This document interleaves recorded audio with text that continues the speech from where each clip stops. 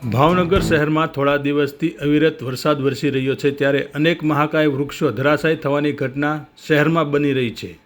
જેમાં આજે રામ મંત્ર મંદિર પાસે એક મહાકાય વૃક્ષ રસ્તા પર ધરાશાયી થતાં રસ્તો બંધ થઈ ગયો હતો, જેને લઈને રસ્તા પર ટ્રાફિક જામના દ્રશ્યો જોવા મળ્યા હતા। વૃક્ષ ધરાશાયી થયાની જાણ ફાયર બ્રિગેડને થતાં ફાયરનો કાફલો ઘટના સ્થળ પર પહોંચીને વૃક્ષને રસ્તા પરથી હટાવવાની કામગીરી હાથ ધરી હતી।